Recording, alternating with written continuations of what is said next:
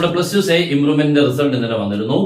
Failed ആയിട്ടുള്ള കുട്ടികൾക്ക് ഒത്തിരി സംശയങ്ങളുണ്ട്. അവർക്ക് ഒന്നാമത്തെ സംശയം അടുത്തത് എഴുതുന്നത് എപ്പോഴാണ്, രണ്ട് എഴുതേണ്ടത് എന്തൊക്കെയാണ്, ഇങ്ങനെയുള്ള കുറേ സംശയങ്ങളുണ്ട്. നമുക്ക് ഇതിന്റെ ആദ്യത്തെ സംശയമായ എഴുതേണ്ടത് എപ്പോഴാണ്, നമുക്ക് ഈ പ്ലസ് വൺ ഇംപ്രൂവ്മെന്റ് എഴുതാൻ പറ്റുമോ, ഇതാണ് ഏറ്റവും വലിയ സംശയം. നമ്മൾ 2 വർഷമായതേ ഉള്ളായിരുന്നു ഈ സിസ്റ്റം ഒന്ന് ഇടയ്ക്കൊന്ന് മാറിയായിരുന്നു. എന്നാൽ പ്ലസ് ടുവിന്റെ കൂടെ ഇംപ്രൂവ്മെന്റ് എഴുതുന്ന രീതി, ഇതിന്റെ കൂടെ നമുക്ക് മറ്റുള്ള കുട്ടികളും എഴുതുന്നുണ്ടായിരുന്നു. മീൻസ് ഫെയിൽഡ് ആയ കുട്ടികളും ഇംപ്രൂവ്മെന്റ് എഴുതുന്നുണ്ടായിരുന്നു. ഈ 2 വർഷത്തിന് മുൻപെന്ന് പറഞ്ഞു കഴിഞ്ഞാൽ ഇപ്പൊ നടക്കാൻ പോകുന്ന പോലെ തന്നെ അതാത് വർഷത്തെ ഒക്ടോബർ സെപ്റ്റംബർ മാസത്തിലൊക്കെ എക്സാം നടത്തുന്നുണ്ടായിരുന്നു. അന്നും ഈ ഫെയിൽഡ് ആയ കുട്ടികൾക്ക് എഴുതാമായിരുന്നു. റെഗുലർ കുട്ടികൾക്ക് മാത്രമല്ല പ്ലസ് വൺ ഇംപ്രൂവ്മെന്റ് എഴുതാൻ പറ്റിയിരുന്നത്. ഫെയിൽഡ് ആയ കുട്ടികൾക്കും അന്ന് അപ്ലൈ ചെയ്ത് എഴുതാൻ പറ്റുമായിരുന്നു. അപ്പോൾ അതിന് ഈ വർഷത്തെ നോട്ടിഫിക്കേഷൻ ആയിട്ടൊന്നും ഇപ്പൊ വന്നിട്ടില്ല. ഇതുവരെയും നമ്മുടെ ഇംപ്രൂവ്മെന്റിന്റെ ഡേറ്റും കാര്യങ്ങളൊന്നും എത്തിയിട്ടില്ല. അത് ഉടനെ എത്തും. അപ്പൊ അതിനോടൊപ്പം തന്നെ അതിന് നോട്ടിഫിക്കേഷൻ വരും. നമ്മുടെ ചാനൽ എല്ലാവരും മാക്സിമം ഫോളോ ചെയ്യാം. നമ്മൾ അപ് ടു ഡേറ്റഡ് കാര്യങ്ങൾ അപ് ടു ടൈമിൽ നിങ്ങളെ എത്തിച്ചിരിക്കും. എല്ലാവരും നമ്മുടെ ചാനൽ മാക്സിമം ഫോളോ ചെയ്തുകൊണ്ട് നിങ്ങൾക്ക് അറിയാവുന്ന കുട്ടികളോട് മറക്കാതെ ഷെയർ ചെയ്തേക്കണം. നമ്മൾ ഉടൻ തന്നെ എല്ലാ കാര്യങ്ങളും നിങ്ങളെ കൃത്യമായിട്ട് അറിയിച്ചിരിക്കും. കാരണം പല കുട്ടികൾക്കും മിസ്സാവാറുണ്ട്. പല കാര്യങ്ങൾക്കും പോകുമ്പോൾ ഇതൊന്നും നമ്മൾ കാണാറില്ല. കാരണം ഇപ്പം പഴയ പോലെ പേപ്പർ വായനയില്ലല്ലോ. പണ്ട് പേപ്പറിൽ കൂടെ ആയിരുന്നു നമ്മൾ ന്യൂസുകളും കാര്യങ്ങളും ഒക്കെ അറിഞ്ഞ് ആപ്ലിക്കേഷൻ ഫോം കൊടുക്കേണ്ടതിനെ കുറിച്ചൊക്കെ ഉള്ളത് അറിഞ്ഞുകൊണ്ടിരുന്നത്. ഇപ്പൊ ന്യൂസ് പേപ്പർ കണ്ടിട്ട് പോലും ഇല്ല. ഏതൊക്കെ ന്യൂസ് പേപ്പർ ഉണ്ടെന്ന് കുട്ടികൾ ചോദിച്ചു കഴിഞ്ഞാൽ അവർക്ക് അതുപോലും അറിയത്തില്ല. പിന്നെ ഉള്ളത് സോഷ്യൽ മീഡിയ വഴിയാണ്. ഈ സോഷ്യൽ മീഡിയയിൽ കുട്ടികളൊന്നും എല്ലാവരും ഒന്നും കുറച്ച് കുട്ടികളൊക്കെ ഇത് നോക്കാത്തവരുണ്ട്. അവരവരുടേതായിട്ടുള്ള ലോകത്ത് ഇങ്ങനെ പോയിക്കൊണ്ടിരിക്കുമ്പോൾ ഇതൊക്കെ മിസ്സാവാറുണ്ട്. അതുകൊണ്ട് നിങ്ങൾ ഫെയിൽഡ് ആയ കുട്ടികൾക്ക് ഇനി ഒരു ഉത്തരവാദിത്വം വേണം. കാരണം നിങ്ങളുടെ ലൈഫാണ്. വീട്ടുകാർ നിങ്ങളുടെ പുറകെ നടന്നുകൊണ്ട് നിങ്ങളെ ജയിപ്പിക്കുക എന്നുള്ളതല്ല നിങ്ങൾ എടുക്കേണ്ടത്.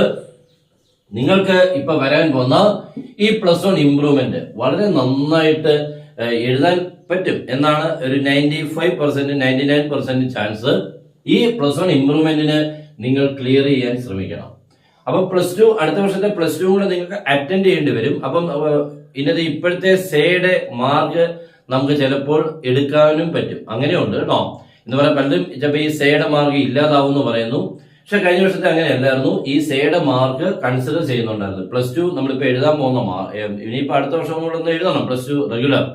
അതിനും ഈ കിട്ടിയ സേയുടെ മാർക്കിലെ ബെറ്റർ ആണ് എടുക്കുന്നത്. അങ്ങനെയൊക്കെ ഉള്ളതുകൊണ്ട് അപ്പോൾ കുറെ കാര്യങ്ങൾ നമുക്കിപ്പോൾ വരാനുണ്ട്.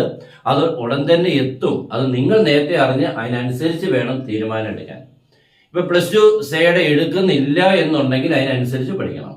സേയുടെ എടുക്കുന്നുണ്ടെങ്കിൽ അതിനനുസരിച്ച് പഠിക്കണം. അപ്പൊ അങ്ങനെ പല രീതിക്കുള്ള സ്ട്രാറ്റജി വരാൻ പോവുകയാണ്. അപ്പൊ നിങ്ങൾ വളരെ ശ്രദ്ധിക്കണം. ഞാൻ പറഞ്ഞു നിങ്ങളുടെ ലൈഫാണ്. ഇതിപ്പോ കാണുന്ന കുട്ടികളാണെങ്കിൽ നിങ്ങളെ ശ്രദ്ധിക്കണം. നിങ്ങളുടെ ലൈഫ് ഇപ്പൊ പേരൻസിന് കൂടെ നടന്ന് കുറെ കാര്യങ്ങൾ ചെയ്യാവുന്നേ ഉള്ളൂ.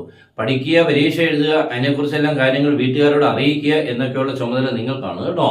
അതിനൊന്നും മാറി നിന്ന് കഴിഞ്ഞാൽ നമ്മുടെ ലൈഫ് പോത്തേ ഉള്ളൂ. അതിനൊന്നും വലിയ സംശയമൊന്നുമില്ല. വേറെ കാര്യങ്ങളൊന്നുമില്ല കേട്ടോ.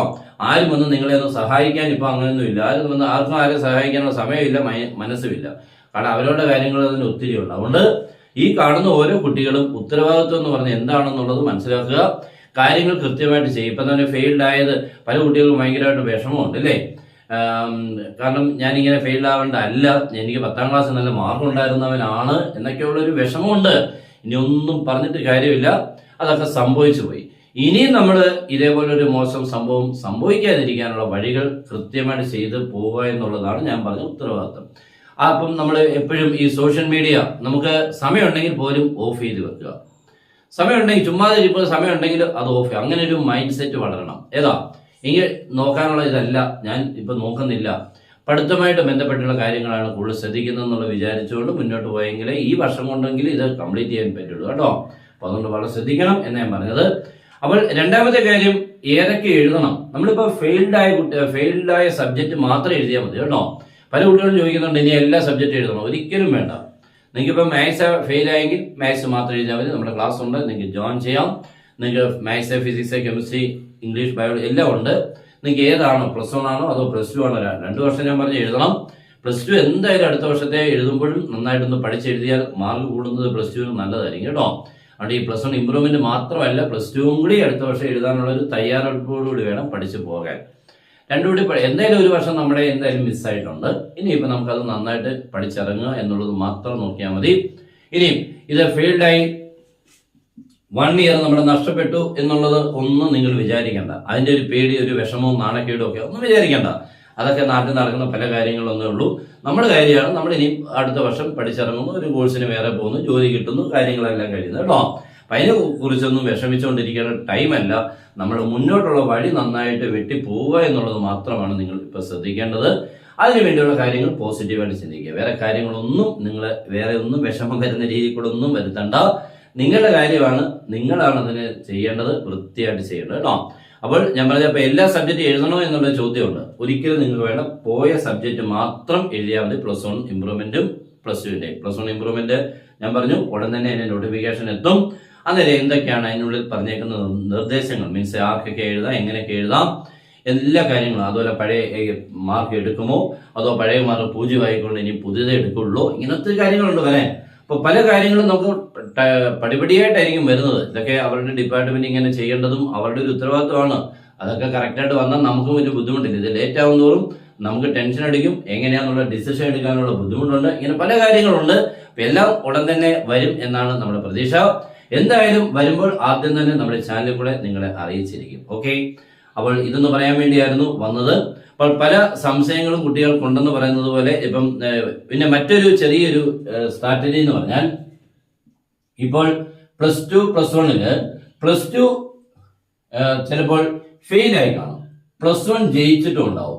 പക്ഷെ രണ്ടുകൊണ്ടൊരു ഇപ്പൊ ഇവിടെ നമുക്കൊരു 16 മാർക്ക്, ഇവിടെ 18 മാർക്ക്. അപ്പൊ രണ്ടുകൂടെ ചേരുമ്പോൾ നമുക്ക് 34 ഉള്ളൂ. ഫെയിലായി അല്ലെ? ഫെയിൽ ആയല്ലോ.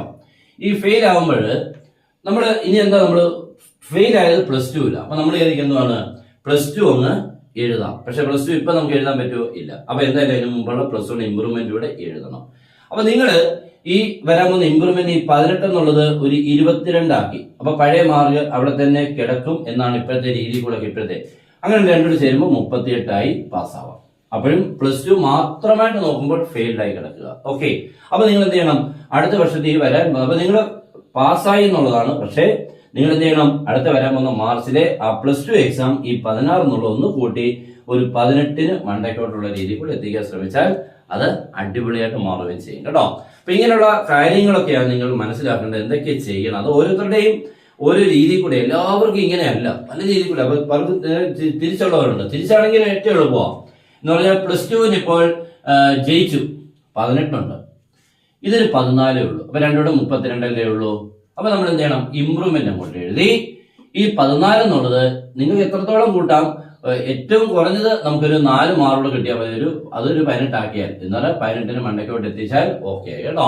അപ്പൊ 2 ജയിക്കുകയും ചെയ്യും, ടോട്ടലി ജയിച്ചു, എല്ലാം ജയിച്ചു കേട്ടോ. അപ്പൊ 18 എന്നുള്ള 20 ആക്കുക, 22 ആക്കുമ്പോൾ നല്ല മാർക്ക് കിട്ടും. അപ്പം ഏതൊക്കെ സ്ട്രാറ്റജിയാണ് നടത്തുന്നത്, 2 ഫെയിൽഡ് ആയവരുണ്ട്, പല രീതി കൂടെ. അപ്പോൾ പല രീതി കൂടെയാണ് നമ്മൾക്ക് സംശയങ്ങളൊക്കെ ഉണ്ടാകുന്നത് കേട്ടോ. ഒത്തിരി കുട്ടികൾ എന്നെ വിളിക്കുന്നുണ്ട്, വാട്സപ്പിൽ മെസ്സേജ് ചെയ്യുന്നുണ്ട്. ഞാൻ മാക്സിമം അതിനുള്ള റിപ്ലൈ കൊടുക്കുന്നുണ്ട്. നമുക്ക് പറ്റുന്ന, പിന്നെ ക്ലാസ്സുകളും കാര്യങ്ങളും എല്ലാം ഉള്ളതുകൊണ്ട് ചിലപ്പോൾ നമ്മൾ എടുത്തില്ല എന്ന് വരും. എന്നാലും നമ്മൾ മാക്സിമം നിങ്ങൾക്ക് ഉള്ള എല്ലാ റിപ്ലൈയും തരാൻ ശ്രമിക്കും. ഓക്കെ, അപ്പൊ എല്ലാവർക്കും കാര്യങ്ങളൊക്കെ കുറച്ചൊക്കെ മനസ്സിലായി. എല്ലാവരും സമാധാനമായിട്ടിരിക്കുക. എന്തൊക്കെയാണെന്നുള്ളത് അടുത്തത്, കാരണം റിസൾട്ട് വന്നല്ലേ ഉള്ളൂ. ഇപ്പൊ ഇംപ്രൂവ്മെന്റിന്റെ ഒക്കെ നിങ്ങൾ ഇതിന്റെ റീവാലുവേഷൻ ഒക്കെ 29-ാം തീയതിക്കുള്ളിൽ കൊടുക്കണമെന്നൊക്കെയാണ് പറഞ്ഞേക്കുന്നത്. അപ്പൊ നിങ്ങളുടെ അതായത് സ്കൂളുകളിൽ പോയി വേണം നമ്മുടെ റീവാലുവേഷനും കാര്യങ്ങളൊക്കെ കൊടുക്കാൻ. ഇനി ഫോട്ടോ കോപ്പി എടുക്കുമ്പോൾ നമുക്ക് ഫിസിക്സ്, കെമിസ്ട്രി, മാത്സിന് ഫോട്ടോ കോപ്പി മാത്രമേ പറ്റത്തുള്ളൂ. സ്ക്രൂട്ടിനിയും പറ്റില്ല, റീവാലുവേഷനും പറ്റില്ല. ഈ ഫോട്ടോ കോപ്പി എടുത്തുകൊണ്ടുള്ള പ്രയോജനം, നമുക്ക് അത് ഒന്ന് വാല്യൂ ചെയ്യാൻ പറ്റും. ഏതാ, നമ്മൾ എഴുതിയ പേപ്പർ നമ്മുടെ കിട്ടുന്നു. നമുക്കപ്പം നമുക്ക് തന്നെ ഒന്ന് ആരെങ്കിലും അറിയാവുന്നവരെ വിളിച്ചിരുത്തി നമ്മുടെ ആൻസർ കീയുമായിട്ട് ഒത്തു നോക്കി വേണം. നിങ്ങൾ പലരും ഒത്തിരി എഴുതിയിട്ടുണ്ട്, പക്ഷെ മാർക്ക് കിട്ടിയിട്ടില്ലെന്നുള്ളൊരു പരാതിയുണ്ട് കേട്ടോ. അപ്പൊ ഫോട്ടോ കോപ്പി നിങ്ങൾക്ക് എടുത്ത് നിങ്ങൾ എഴുതിയ ആ മാർക്ക് നമ്മുടെ ആൻസർ ഷീറ്റ് നിങ്ങൾക്ക് കിട്ടും. നിങ്ങളിപ്പോ എന്താ ചെയ്യേണ്ടത്, ചുമ്മാ നോക്കിയിട്ട് കാര്യമില്ല, നമ്മളുടെ ആൻസർ കീ നോക്കണം കേട്ടോ. ആൻസർ കീയായിട്ട് ഒത്തു നോക്കി വേണം നിങ്ങൾക്ക് വല്ല മാർക്ക് കൂടാൻ സാധ്യത ഉണ്ടോ എന്നുള്ളത്. അതിന് സാധ്യത എപ്പോഴും കുറവായിരിക്കും കേട്ടോ. എന്ന് പറഞ്ഞുകൊണ്ട് സാധ്യതയെ ഇല്ലെന്നല്ല, വളരെ കുറവായിരിക്കും. കാരണം 2 പേര് വാല്യൂ ചെയ്തതായതുകൊണ്ട് തന്നെ അതിനുള്ളിൽ നിന്ന് ഒരു ഇച്ചിരിയുടെ മാർക്ക് കിട്ടുക എന്ന് പറഞ്ഞാൽ അത്ര ഈസി അല്ല. അപ്പോൾ നിങ്ങൾക്ക് ആൻസർ കീ ആയിട്ട് ഒത്തു നോക്കി, നിങ്ങൾക്ക് ഇപ്പം എഴുതിയ ഒരു ക്വസ്റ്റ്യന്റെ ആൻസർ ശരിയാണ്, ആൻസർ കീയിലെ ശരിയാണ്, പക്ഷെ നിങ്ങൾക്ക് മാർക്ക് കിട്ടിയില്ല, നിങ്ങൾക്ക് ഉടനെ ക്ലെയിം ചെയ്യാം ആ മാർക്ക് തരാനുള്ളത് കേട്ടോ. അങ്ങനെ കിട്ടാനുള്ള സാധ്യത കുറവാണ് എന്നുള്ളതേ ഉള്ളൂ, ഇല്ല എന്നല്ല ഞാൻ പറഞ്ഞത്. അപ്പോൾ അത് മാത്രമേ ഉള്ളൂ. ഫിസിക്സ്, കെമിസ്ട്രി, മാത്സിനുള്ള ഓപ്ഷൻ.